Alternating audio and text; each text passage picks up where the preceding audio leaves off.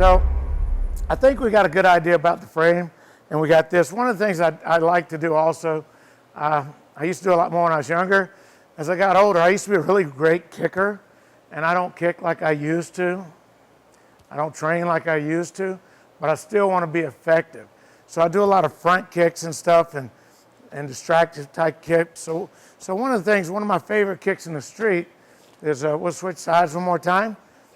Normally, if I get caught off guard, my natural instinct when he comes at me is to put my power side forward. And from this position, if he continues to press, I'll slide here. And what I do is, I don't want to kick you too bad, but because of the jeans, you don't get a lot of flexibility. I do a bladder kick. If a guy's been drinking and has got to pee, it'll bust the bladder inside their body. So as he comes rushing, I just pop right here, right? Feel that? And it's going to stop him up. If you kick it really hard, I guarantee he's just going to stand there like this. It's about 3 or 4 inches below the belly button. You take the ball of your foot, the tip of your toe, if you're wearing good shoes, pop, just slide one in there. And you will own them for a while, right? Okay? Yes, sir. Good stuff. All right, so that's kind of the cruxus of getting it into a fighting frame. Hey, Jimbo here with your next tip. This one is about creating an improvised weapon. In this case, how to make a cutting edge from a flexible plastic card, like your credit card.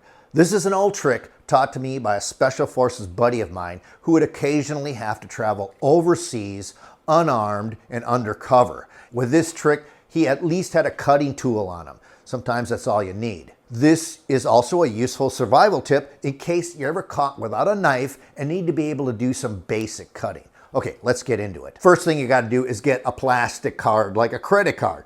A lot of cards today are not solid plastic, but paper that's been covered by a clear laminate. That won't work. You have to have a solid plastic card. You'll know pretty quickly if it's not solid plastic when you try to sharpen it. In this case, I found an old prescription card that was very thin, but it was solid plastic. I covered up with a duct tape here just to protect their name. Okay, I took it to the workbench and sharpened one edge using a 400 grit sandpaper. If you don't have that and you're in a desperate situation, you can always use concrete or a handy boulder that's nearby to sharpen the edge. Sharpen both sides of the same edge. It doesn't take long. In a couple of minutes, you'll have a sharp edge.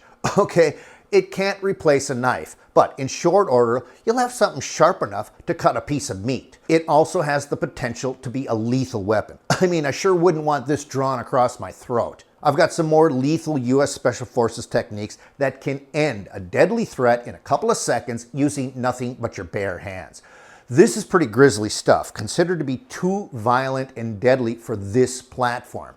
I've been warned a few times already, so showing this right here, right now on my channel would get me shut down for sure. But you can get them for free simply by clicking on the link in the description. Oh yeah, right.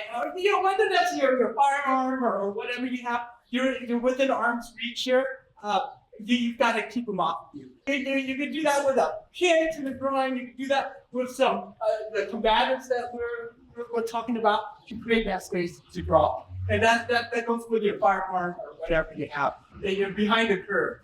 Obviously, if he's got a knife that's already out, he's like, oh yeah, wow, you know, no. I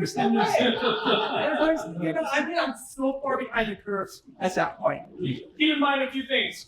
Regardless of whether, if it's a knife attack, no one ever says, I have a knife, I'm going to attack you now. Right? That's nothing. Again, we've watched hundreds of videos of people getting knifed, and it's almost always like this. Hey man! Right? It's a total surprise because why? Criminals do not want to get hurt, and they want to hurt you as quickly as possible because they are not trained.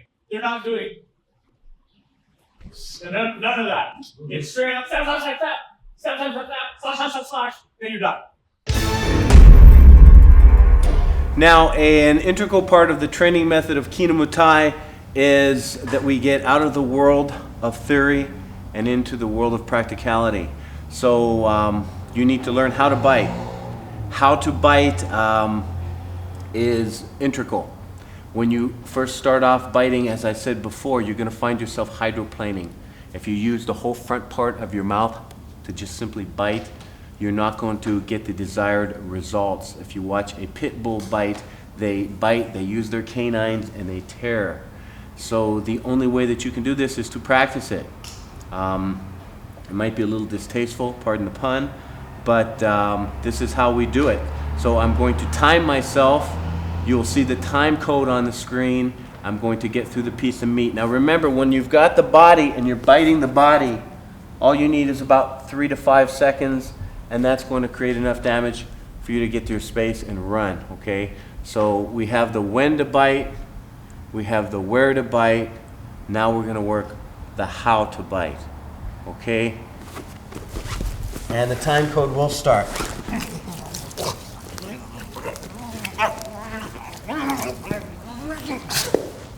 Okay, this should be a sufficient amount of damage to do to the opponent to give you your space. Good luck and happy barbecue. Thanks for watching our video lessons here at TRS Direct. Hit the like button down below and consider subscribing to our channel here on YouTube. Hit the bell icon and we'll send you a notification when there's a new lesson available. Thanks again for watching.